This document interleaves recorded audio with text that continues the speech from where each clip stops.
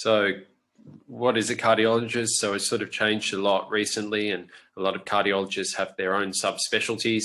I'm an interventional cardiologist. So if you see up the top here, this one where sort of the plumbers, where we put in stents, just get my pen. So where we put in stents into coronary arteries.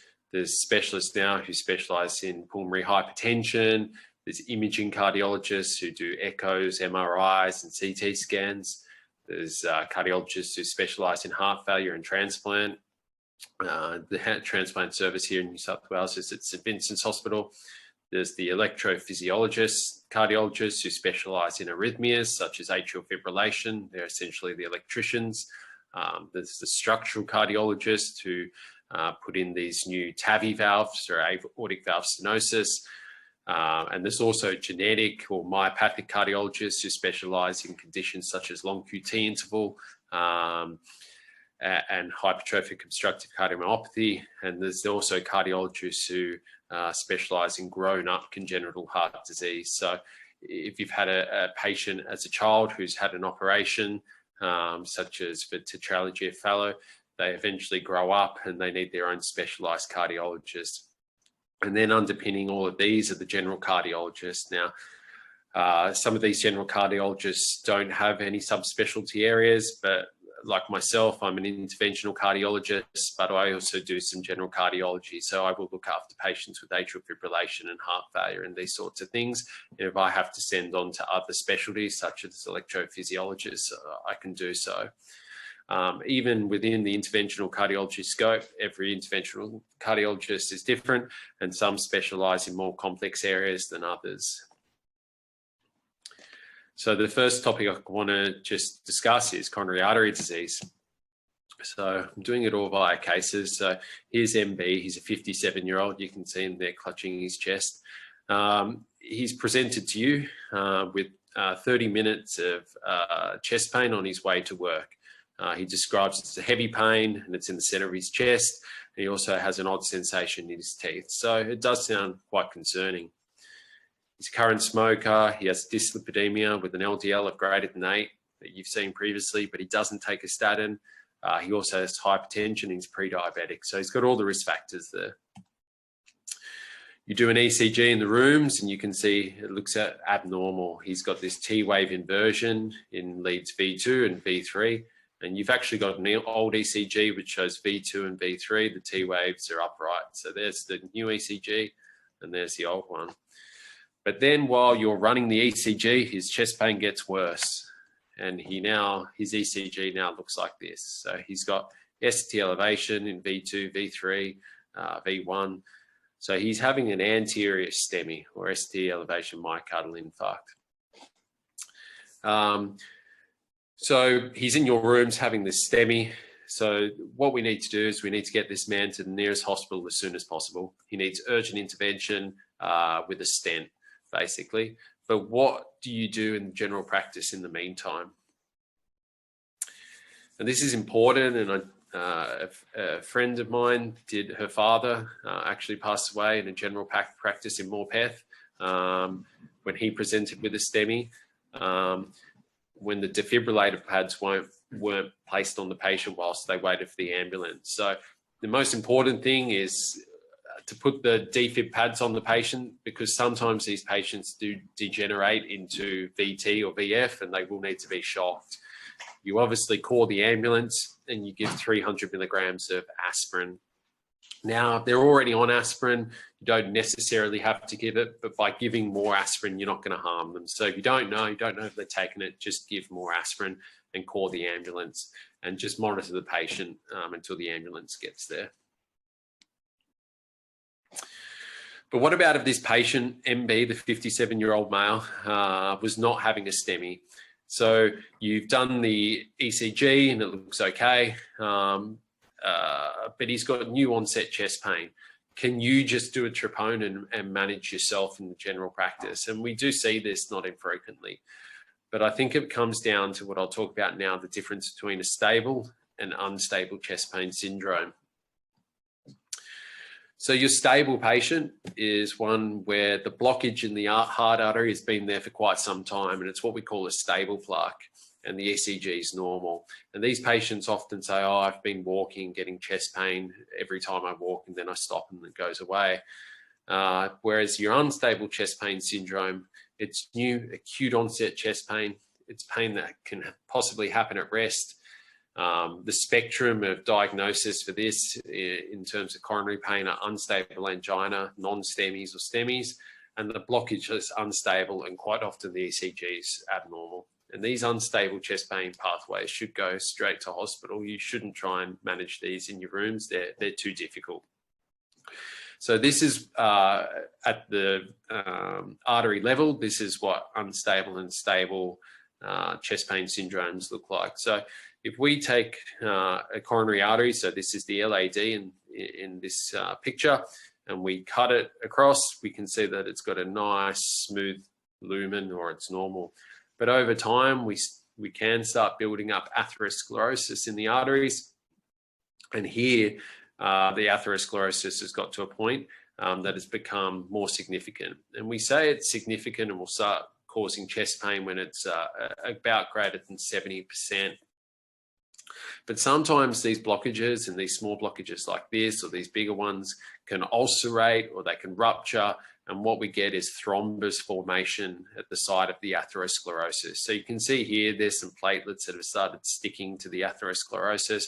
And then we've got a thrombus coming and sticking to the atherosclerosis. And there it's occluded the whole vessel. So these ones down the bottom are what we call the unstable syndromes, and ones that you have to worry about, and they should be managed at ED. And I think in general practice, and I see it in my rooms too, it's often quite hard to know if this patient with chest pain, if it's a sort of a stable syndrome or unstable syndrome. And sometimes it is just best to refer on or send to the emergency department. But if you're very confident it's stable angina, then it can all be managed probably in the outpatient setting. So here's a 52-year-old, she's GH, 52-year-old female, there she is smiling, and she's got chronic chest pain. She's got exertional chest tightness and shortness of breath for the last 6 months. It's worse when going up hills. And when she quotes, when I sit down, the pain stops. So it does sound like she's got one of these stable plaques in here. Her past medical history includes dyslipidemia. She's not on a statin. Her LDL was 7.2, so quite high. And she's got a strong family history of ischemic heart disease, with father, brother, and sister all having stents. And they were all aged less than 60, so it's a true family history. Her ECG is plumb normal, and for us, new, it sounds like stable angina. So what can the GP do here? Can they, should they just send to the cardiologist? Can they manage themselves, or can they send this patient to the emergency department? Well, you can kind of do all three. So I'll just go through it. So if the patient's sent straight to the cardiologist has the option to do a coronary angiogram. So you can see here coronary angiogram, and there's an arrow here pointing at a tight lesion. So the cardiologist can go straight to the angiogram and treat the patient if they have a strong suspicion that there is a true blockage there. They may also send the patient for a CT coronary angiogram, calcium score, which I doubt they do, but they could. They may send for a stress test or a stress echo or a myocardial perfusion scan. Now, if they're managed by the GP or you guys, you can't send straight for a coronary angiogram, but you can do the other investigations. Now, the government says if you do a CT coronary angiogram, they can't get a Medicare rebate, although I suspect this will change with time. And it would cost the patient sort of $500 out of pocket if you refer them for a CT scan. But maybe it costs that much to see some cardiologists as outpatients anyway, so maybe it's not that expensive when you think about it. But our patient, the 52-year-old female, she's happy to pay $500 and you order a CT coronary angiogram. And here it is. The report comes back on Friday evening at 5 p.m. and it says there's a significant stenosis in the proximal LAD. So just here on these pictures. So this is kind of a difficult one for you guys. and it's sort of, what do you do? This patient's got significant stenosis. You don't want to sort of leave it over the weekend. How are you going to sort this patient out? Can you call a cardiologist to sort it out, or you can send the patient straight to hospital? And this is why I think it's quite important for you guys to have that relationship with an outpatient cardiologist, when you can just refer to them as an outpatient, or call this cardiologist or text them and say, hey, I've got this patient, can you sort them out for me? And you'll find if you do have that relationship, most cardiologists can sort of sort out these patients at very short notice, and then you guys don't have to worry about it. So I think having that relationship with the cardiologist is very important. So here we go. This patient ends up having a stent in the proximal LAD, and they do very well. Now, the other thing that we often come across, and it should be written in the notes for the patient, but just so I can explain it for you guys, how long do you keep these patients on dual antiplatelet therapy for after they have a stent? So dual antiplatelets are typically aspirin and clopidogrel, but you may see other agents these days, particularly ticagrelor instead of clopidogrel, or even prasugrel. So in our lady who was the 52-year-old female, where she had a stent to the LAD for stable angina, that was a stable plaque, and we say dual antiplatelet therapy for about 6 months, and then a single antiplatelet lifelong thereafter. But those patients who have had unstable plaques, so if we go back to our picture here where we suspect, or their presentation is consistent with someone who's had a plaque rupture or a plaque erosion, and they have some thrombus and platelet formation, we tend to want to keep these patients on dual antiplatelets for 12 months, as there is some data that shows that if you keep them on dual antiplatelets for longer, they have less recurrent events. And then after 12 months, they go on a single antiplatelet agent. So unstable angina, non-STEMIs, STEMIs, they all get dual antiplatelets for 12 months. If they need to interrupt their dual antiplatelet therapy for a procedure such as an endoscopy or something like that, the cardiologist is normally quite happy to stop the second antiplatelet for a brief period, and then we tend to restart it. So just if we do it quickly here, we've got a 72-year-old male. He's had stable angina and has drug-eluting stent to the LAD, so very similar to our female. How long for DAPT? Stable angina, 6 months. Now, a 72-year-old female who has an inferior STEMI or NSTEMI, acute coronary syndrome, and has a stent to the right coronary artery. How long for dual antiplatelet therapy? 12 months. A 73-year-old female who's normally well, who has a non-STEMI, and the angiogram shows complex 3-vessel disease, and she undergoes bypass surgery. What's the antiplatelet strategy here? And it's basically the same as if they've had an NSTEMI with a stent. They should have dual antiplatelet therapy for 12 months and then a single antiplatelet therapy lifelong thereafter, unless they're at high bleeding risk. If they're at high bleeding risk, you just go with single antiplatelet. But normally these patients are not super high bleeding risk, and you can just have dual antiplatelet therapy for the 12 months. And what about if these patients get a stent and they're on a DOAC, so Apixaban or Rivaroxaban or Pradaxa? So all patients who have a stent and are on a DOAC should have aspirin, clopidogrel, and the DOAC for 1 week, and we call that triple therapy. But if these patients are high bleeding risk, after 1 week, you put them on the DOAC and aspirin for 6 months, and then after 6 months, they can be on a DOAC alone. And if they're at high risk of further ischemic events, such as another heart attack, but a low risk of bleeding, after 1 week, we sometimes go with 3 weeks of further triple therapy. And then we even try and extend it out to a DOAC plus aspirin for 12 months. And then after that, a DOAC alone. But all cardiologists or interventional cardiologists have different regimes for this sort of therapy. And it should be written in the angiogram report and should be documented when the patient first follows up with the cardiologist in the discharge letter. So it should all be there. But if you have any questions, you should feel free to call the treating cardiologist. So cholesterol management. So back to our 52-year-old female. She says she feels better now she's had a stent, but she wants to know why she wasn't on a statin. Her LDL was 7.2. So a reasonable question. So here we're talking about the primary prevention of cardiovascular disease in regards to statin therapy.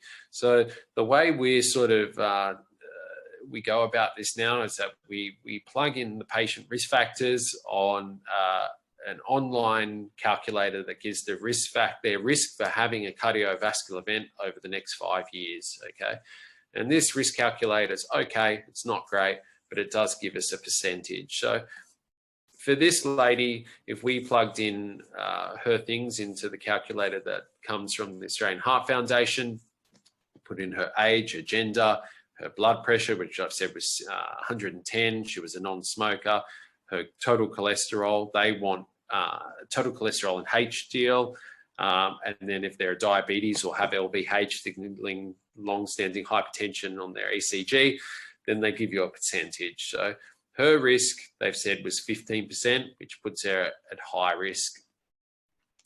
So in someone, if we come to this sort of flow diagram here, if you've got an LDL greater than 2.6, and we've calculated the 10-year cardiovascular risk, and we found it to be greater than 10%, then we would suggest statin therapy, and it's normally with a moderate dose statin.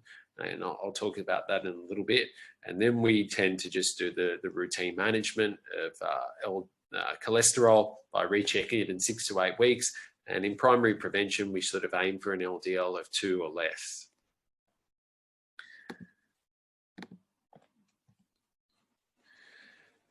If you're talking about secondary prevention, so for our gentleman who had his STEMI earlier on, you should really start a higher dose statin straight away. And basically, which statin should we start and what is a moderate intensity or high intensity statin? So I basically primarily just use rosuvastatin, and the reason being is it's the statin that I feel gives you the best bang for your buck and doesn't have a huge range of sort of adverse reactions to it. So here you can see a graph which shows you the total daily dose of the statin and the approximate reduction in the LDL cholesterol. So the common statins that we see prescribed are simvastatin here. So at 80 milligrams, which is the highest dose of the simvastatin, you expect about between a 40 to 50% drop in your cholesterol. And here in atorvastatin, at sort of the highest dose, you expect sort of a 50 to 6% drop. But you can see here at rosuvastatin at just the dose of 5 milligrams, you can expect between a 40 and 50% drop. And that's a very low dose of rosuvastatin. And then if we're talking about a dose of 10 milligrams, you can expect over a 50% drop. So that's an incredibly potent statin, and it's a very good statin. So when we talk about low intensity or moderate intensity statin versus high intensity statin for rosuvastatin is 20 to 40 milligrams, and lower dose or moderate is sort of below the 20, so 10 milligrams. So if I saw this lady and her LDL was 7.2, and now she's had a stent, so we're aiming for secondary prevention in her, I would start rosuvastatin 20. I'd aim for an LDL of less than 1.8. I'd recheck her cholesterol 6 to 8 weeks after commencing. And once the LDL level is at desired range, I'd repeat her cholesterol profile every 12 months. And this is typically what I often come across. So in 6 weeks, I've repeated the LDL and it's gone from 7.2 to 5 or to 4 or something like that. And then I've increased the rosuvastatin again to the maximal tolerated dose, which or maximum dose, which is 40. And then in 6 weeks, we may see the LDL be at target range, or it may be 2.2 or something like that. And if it was 2.2, I'd add in ezetimibe, which is a very good medication with, again, not many side effects, and then repeat cholesterol again in 6 weeks, and then we can sort of get target range of 1.5.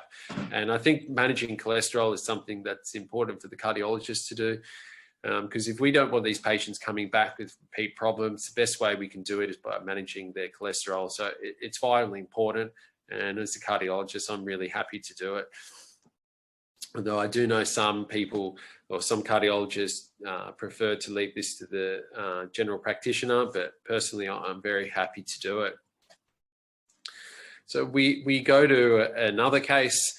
We've got RJ, who's a 59-year-old male. He's ex-smoker, diabetic, and has high blood pressure.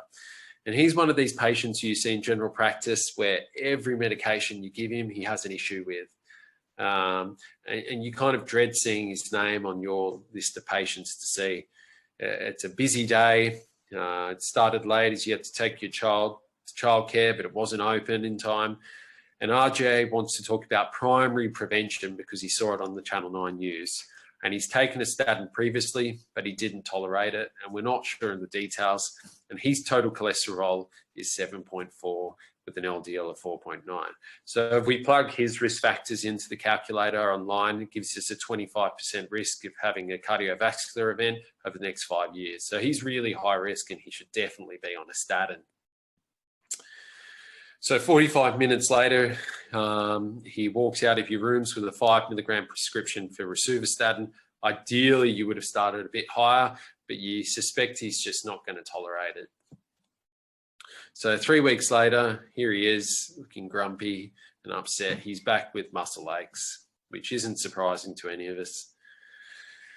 So the first thing about statin-related side effects is that the causal association between statins and muscle aches and pains is well overestimated. A recent article in Negm gave patients placebo and statins, and they looked at muscle-related side effects, and they saw that the muscle-related side effects were similar between both groups. So just telling patients they're going to take a statin and they may get muscle aches and pains, chances some of them will actually just get muscle aches and pains, but it's not really related to the statin.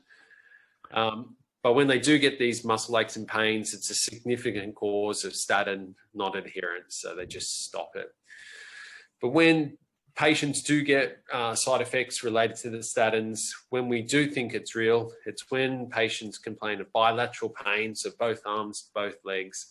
They sort of tend to complain of aching or stiffness, not really cramps. And we're talking about the large muscle groups, particularly such as the thighs and the upper arms.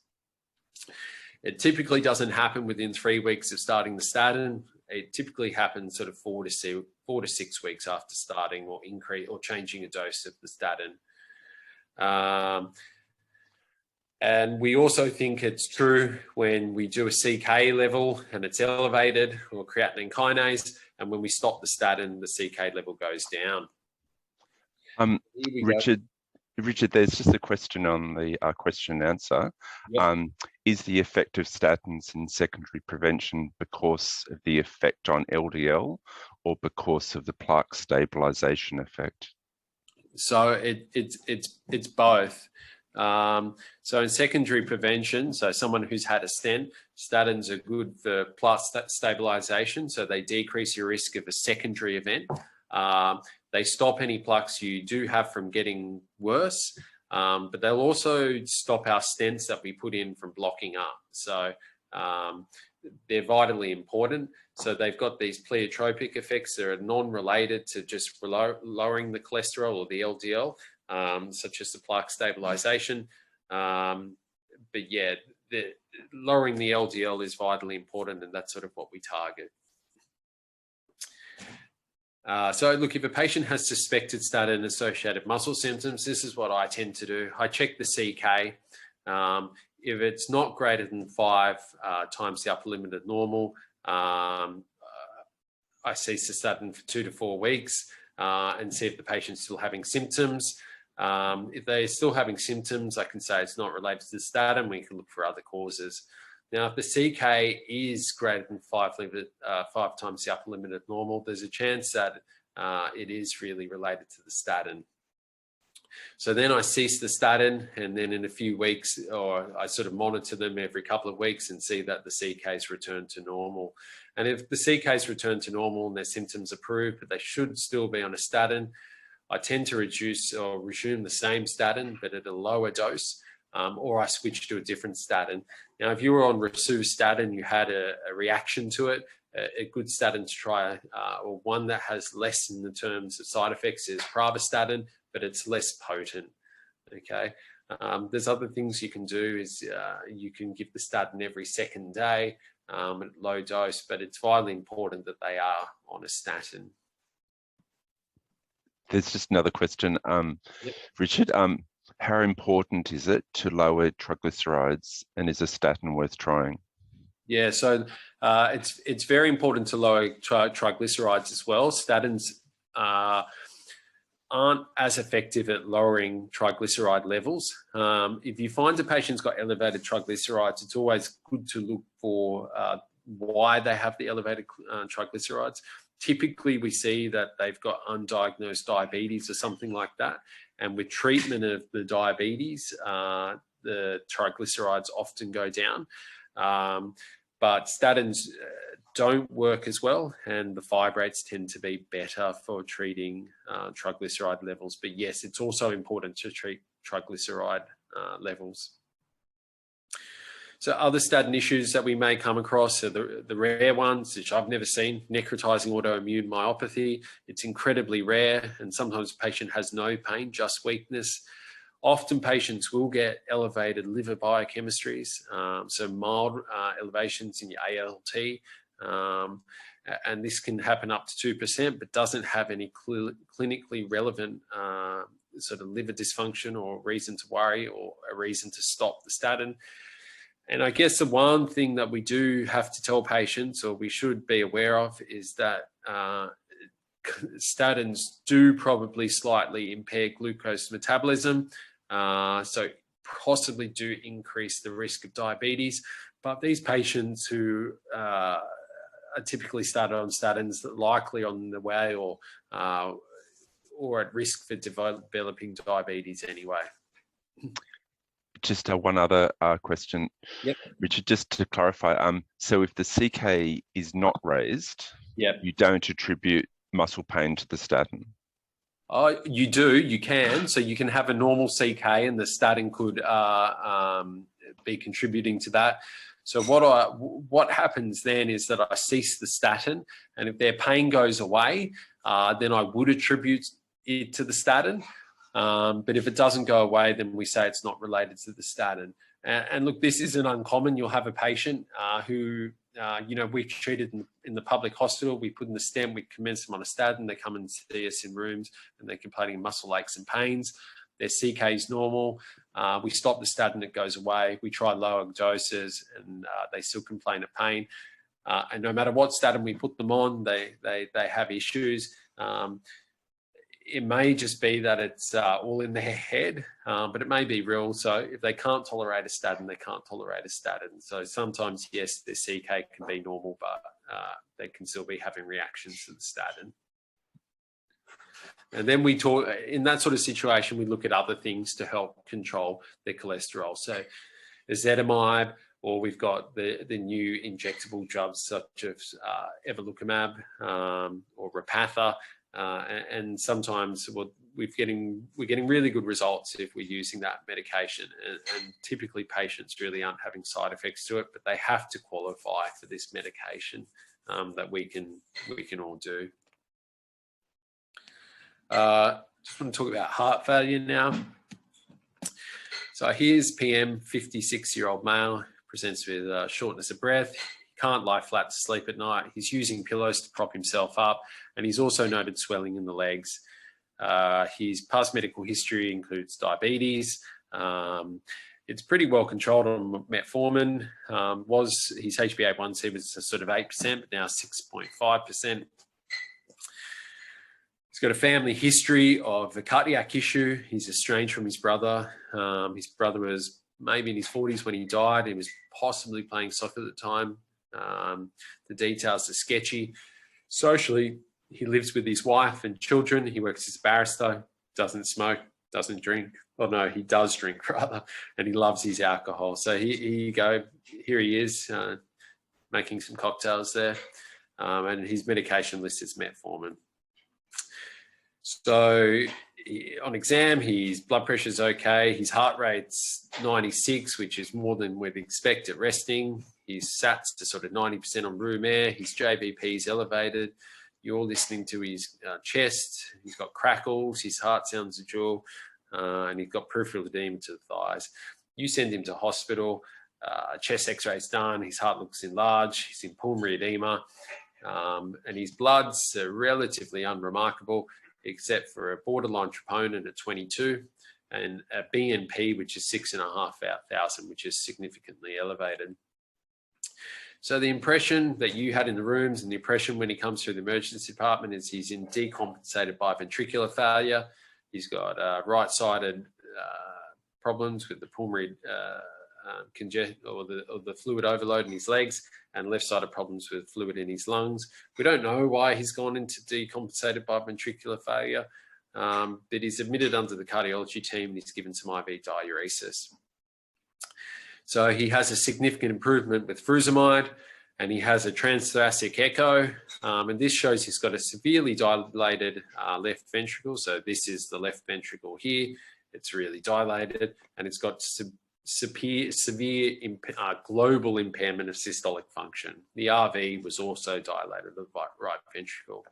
Typically what happens, these patients come to hospital, they have an angiogram, he's got normal blood vessels, and he has some further bloods, including HIV, iron studies, and he has an ACE level looking for sarcoid, etc., and they're all normal.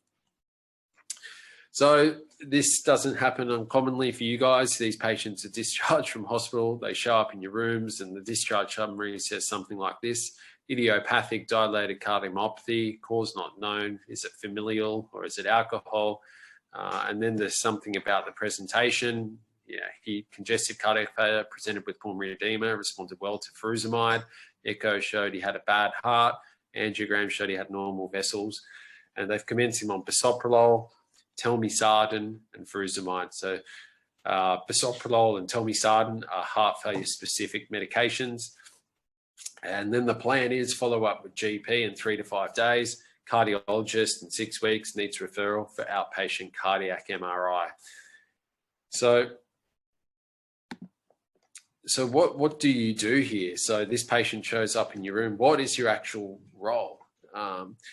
Now, this is a very sort of basic case, but this applies to all patients with LV dysfunction, no matter what the cause of the LV dysfunction is. So if it's ischemia, if it's alcohol, whatever the cause is, this applies to all patients.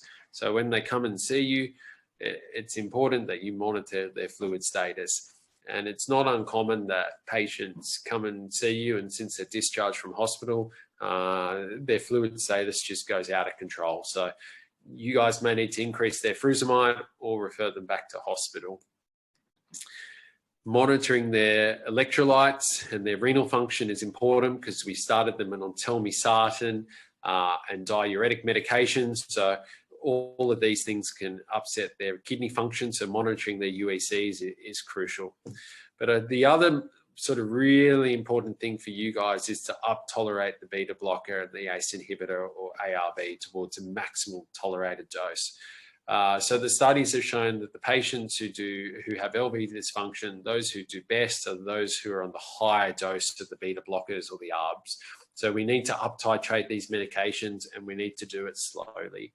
So if they can tolerate it, we increase it. And sometimes they can't. You'll have patients on 2.5 milligrams of bisoprolol, which is a smaller dose, but their heart rate's between 60 and 70, which is perfect. So we don't really want to increase their beta blocker there, or their blood pressure is sort of hovering around 100 systolic. So there's no real room to increase their ACE inhibitor or ARB. Now, I've got a gentleman who I look after who's got quite a bad heart related to a myocardial infarction, but he can only tolerate 1.25 milligrams of bisoprolol and 1.25 milligrams BD of ramipril. But that's as high as we can go for him. But for patients who can tolerate it, the higher the better. The other thing that is really good as a GP, this gentleman's drinking a lot of alcohol. Alcohol is associated with cardiomyopathies and probably the cause of his cardiomyopathy. It's trying to manage his alcohol consumption, so helping him along that pathway and sending him to the appropriate sort of resources to help him along. And then the final point there is making sure the patient is actually attending cardiac rehab. And cardiac rehab's crucially important for all patients who come through the public hospital, or even if we see them in outpatients. It's really good for their peace of mind and giving them confidence. And it doesn't matter if the patient's had an acute coronary syndrome or whether they've come in with heart failure, they should all go to cardiac rehab. Cardiac rehab, we'll talk to them about what exercise they can do, foods to eat, the importance of medications, because often we'll talk to the patients or you'll talk to the patients and they just forget it. And cardiac rehab's really good for reiterating the importance, and they see patients with the same issues as themselves, so they realize they're not alone, and it's vitally important and something I highly recommend. And just finally, the last topic I want to talk about, and then if there's any questions at the end, we can go through it, is atrial fibrillation. Now, although I'm as I mentioned before, I'm an interventional cardiologist, I do see a lot of patients with atrial fibrillation, and it's something that all general cardiologists can manage, but if patients need procedures, we tend to send them on to electrophysiologists. In the same way, if electrophysiologists see patients with chest pain, they often refer them on to us as the interventional cardiologists.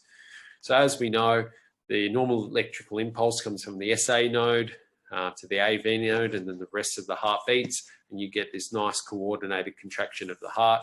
In atrial fibrillation, you have this chaotic discharge of electrical pulses, mainly from within the left atrium, and you get this irregular heart rhythm.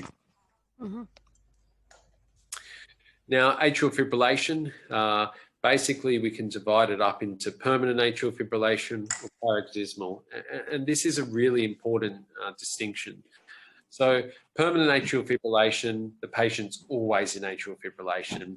So these patients, we tend to try and just manage their heart rate, but they're always in atrial fibrillation, and we haven't tried to get them out of it, or we can't get them out of it. Whereas paroxysmal atrial fibrillation is where the patient's sometimes in atrial fibrillation, but sometimes they're not in atrial fibrillation. So either they flick in and out of atrial fibrillation themselves, or they take medication that helps them flick in and out of atrial fibrillation, or they require cardioversions where we shock the heart back into normal rhythm. Now, to conceptualize, I sort of describe the management of atrial fibrillation as the 4 C's.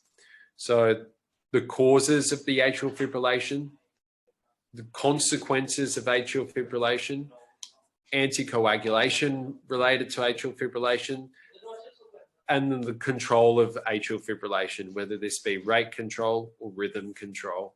And I'll go through these all in turn.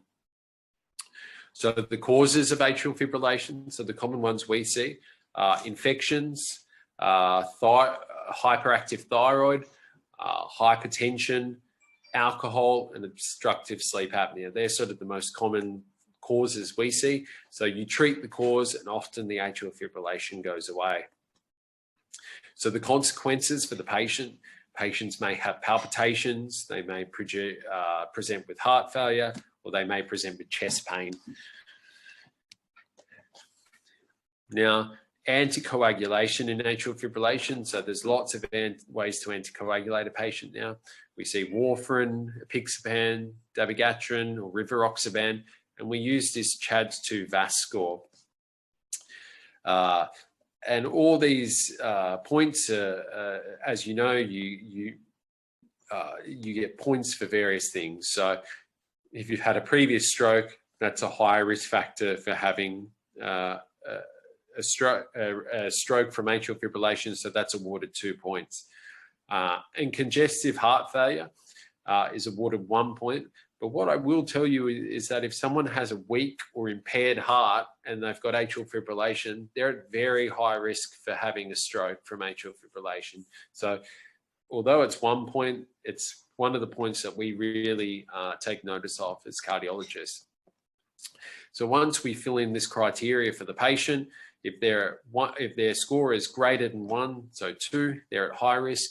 And if it's 1, we're told to use our clinical judgment as to whether to start anticoagulation or not. And it depends which guideline you read. So some of the European and American guidelines are different. So the Europeans tend to say if you've got a score of 1, you should anticoagulate unless it's female, whereas the American guidelines say that if you've got a score of 1, then you shouldn't anticoagulate. Maybe it's related to litigation, I don't know. So atrial fibrillation, so control. So we have rate or rhythm control, which I mentioned.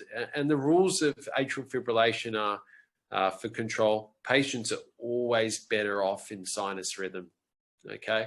And the reason for this is that lots of patients, particularly those as they get older, as their hearts become stiffer, particularly their ventricles, they rely on their atrial kick to fill the ventricle. So if you've got nice coordinated contraction of the atria, the left ventricle can fill. But if your left atrium's wobbling, it doesn't really allow the ventricle to properly fill. And patients really do feel this. So they're really better off in sinus rhythm. And what also happens with time, if someone's in atrial fibrillation and they've been in it for a long time, we tend to see dilation of the mitral annulus here. And the mitral annulus is where the mitral valve sits between the left atrium and left ventricle. And as you get dilation of the annulus, you get mitral regurgitation.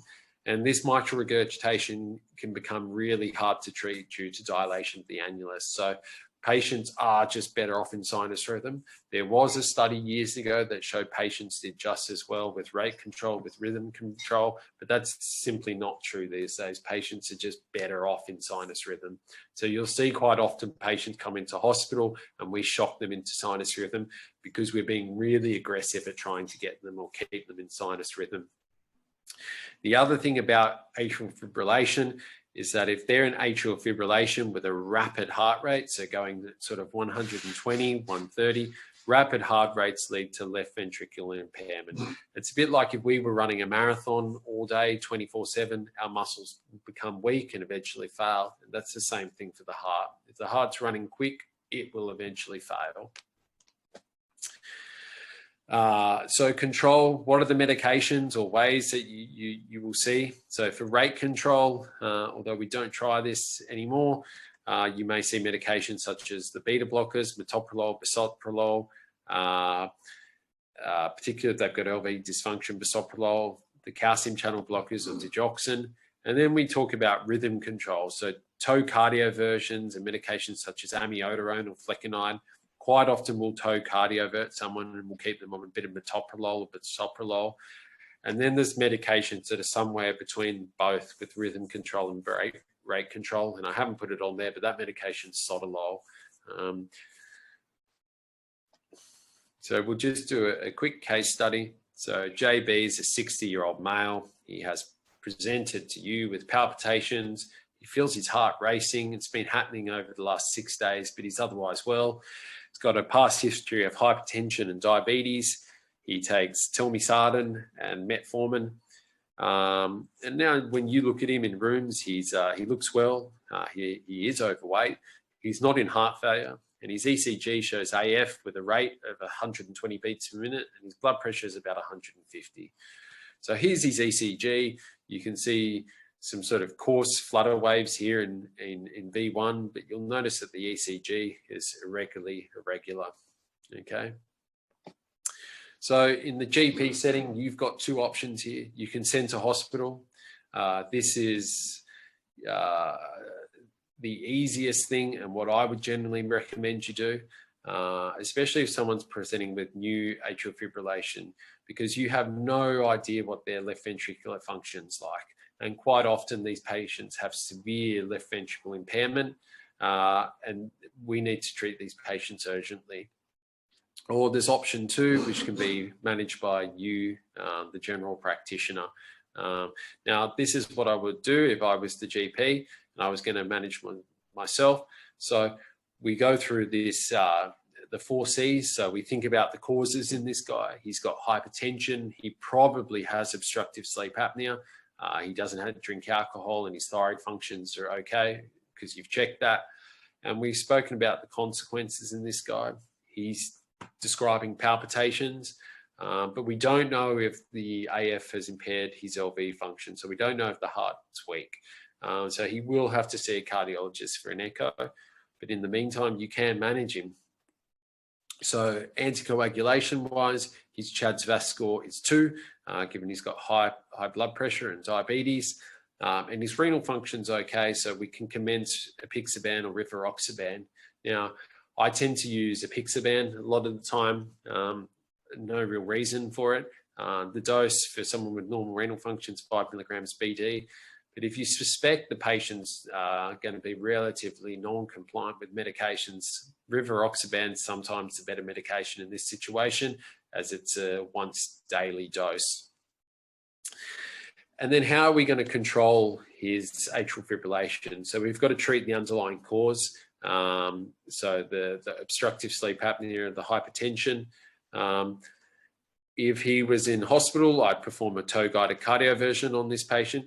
But if he's an inpatient or an outpatient with you guys, rather, you could commence 25 milligrams of metoprolol in combination with the blood thinner, and then send the patient for a cardiology review. So that would also be appropriate. The other thing to do, you can always just call the cardiologist who you know and say, I've got this patient, what should I do? Because you'll see there's a lot of differences between patients, not all are the same. And then often just talking to a cardiologist is the easiest way of sorting it out. Richard, we just got a question about the dose of rivaroxaban. Yep. So in this gentleman, because he's 65, normal renal function, his dose would be 20 milligrams once daily.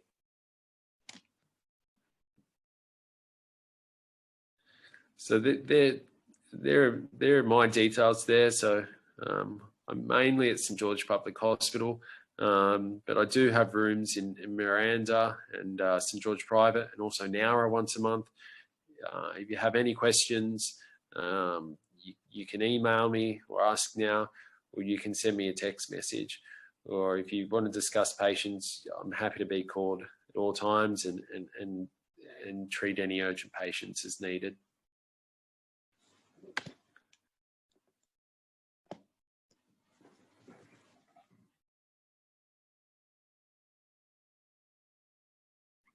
That was sort of a real fly through on some topics in cardiology.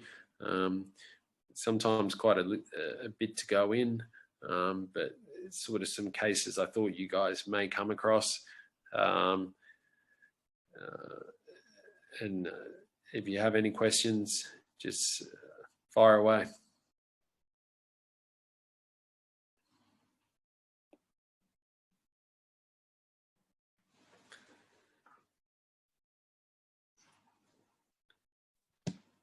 This is a question, what is happening with cardiac rehab now? Are they back to face-to-face? Last year they were doing telehealth because of the pandemic. Well, I can respond to that. Yes, we are doing face-to-face. So cardiac rehab is now face-to-face with reduced class sizes, social distancing is in place, and all the necessary measures. So so we're getting slowly getting back to normal with the cardiac rehabilitation. This is another question for you, Richard. Could you describe the use of calcium scoring versus CTCA? So calcium scoring versus CTCA. Yeah, so calcium scoring is it's a little bit old hat these days, and the difference between a CTCA and a calcium score is that they're both CT scans. With the calcium score, basically the patient goes in and they take a quick CT of the chest, and then they look at where the calcium is within the coronary arteries, and then they give you a score for that. And that score does correlate with risk factors for a cardiovascular event over a defined period of time.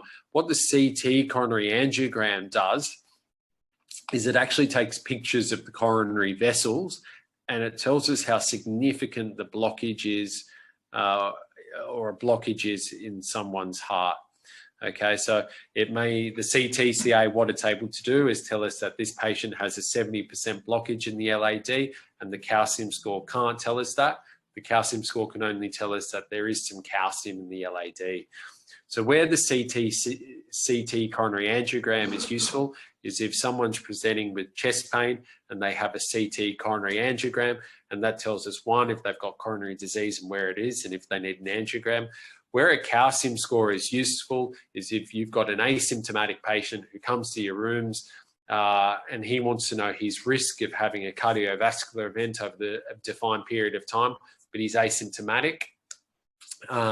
They can have a calcium score where you send them for a calcium score. It can say your calcium score is 100. So we need to be more aggressive at treating you for primary prevention of cardiovascular disease. So that's when it's useful. But if the patient's, it's obviously cheaper to do a calcium score for the patient, but if the patient's willing to pay, you just get a lot more information with the CT coronary angiogram, and that's the test I'd recommend. And whenever the patient has a CT coronary angiogram, it includes a calcium score anyway. So calcium score is a little bit old hat these days. Just a further question. Who do you consider for pulmonary vein isolation for AF? And what about AV node ablation? Yeah, so I'll answer the second part first. So the AV node ablation, they tend to be, say, our elderly patients who, no matter what medication we give them, they tend to be in atrial fibrillation with a rapid rate. So we have an elderly patient who comes to see us. They've got a heart rate of 95, despite being on 100 BD of metoprolol and digoxin and these sorts of things. We just can't slow them down. So in that situation, the EP guys would sometimes put in a pacemaker, and then once we know the pacemaker's working okay, they ablate the AV node. It's something that is sort of rarely done, but sometimes we need to do it. But definitely not for the younger patients, as patients are just better off with their own native conduction rather than the pacemaker. And the first part of that question is, who would we consider for pulmonary vein isolation? So we tend to consider those patients who are the younger patients, so who we've treated all their risk factors, and despite trying medication like metoprolol and flecainide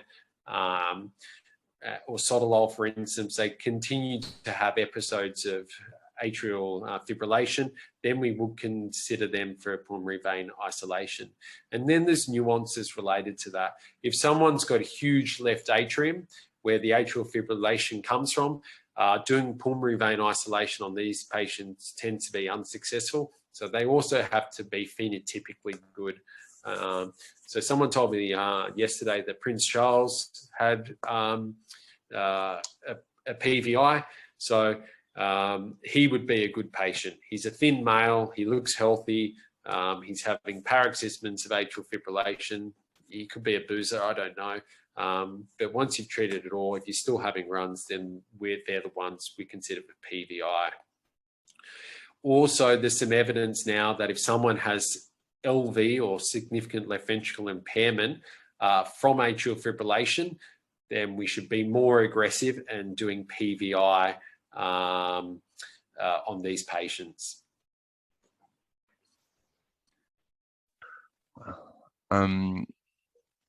Just a follow-up from the previous question, a common scenario that I see in GP is to quantify cardiac risk in an asymptomatic individual with elevated lipids, and maybe another risk factor.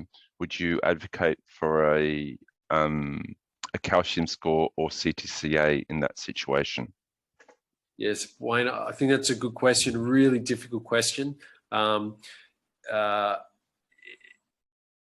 If the patient,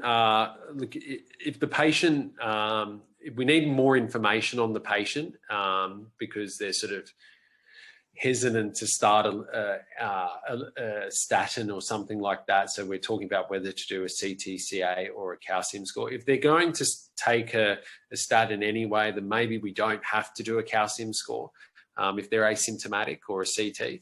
But if they're not willing to, or you're trying to get some more fuel to encourage them, I'd say if the patient's willing to pay the $500, the CTCA is better. If they're not willing to pay, then a calcium score. And the reason being is you just get more information from CT coronary angiogram. Now, if you do a CT coronary angiogram and this patient's got a 70% mid-right coronary lesion and they're asymptomatic, if we put a stent in that right coronary artery, it's actually going to do nothing, and we shouldn't do it. So we should only put stents in symptomatic patients unless they have left main disease or proximal LAD disease. So I saw this guy in rooms last week where the GP had sent the patient for a CT coronary angiogram, and the patient was happy to pay out of pocket. And his calcium score was 100. But the CT coronary angiogram showed that he had significant plaque in his left main and LAD. So this is prognostic disease. So without the CT coronary angiogram, we wouldn't have had that information. So I haven't done an angiogram on this guy yet. I think I'm doing it today. But if he's got significant disease, confirms on angiogram, and we can fix it by sending for bypass surgery or stenting, we've increased this guy's life expectancy. So we do get more information from a CT coronary angiogram. So yeah, to answer your question, if the patient can afford it, CT coronary angiogram. If they can't, then calcium score. Just another question, Richard. I find younger cardiologists don't like amiodarone, whereas older cardiologists still use it. Your thoughts? Yeah, so amiodarone is a dirty medication. It causes thyroid problems, liver problems, skin problems, and lung problems. But it's a very good medication in keeping someone in sinus rhythm. So I do use it. When I use it, I tend to use it in the older population groups. So sort of if you're over 75, I'm very happy to use amiodarone because what you'll find is amiodarone has a cumulative effect. If you're on it for a long period of time, you're more likely to get a problem with it. And some problems are easier to treat, like the thyroid problems. But if you get a lung problem, it's a real nightmare and can be sort of the end of the patient's life, basically. So if it's an elderly patient greater than 75, I'm very happy to use amiodarone. If you're a younger patient, I would be very hesitant in using it, but it's a fantastic medication at keeping people in sinus rhythm.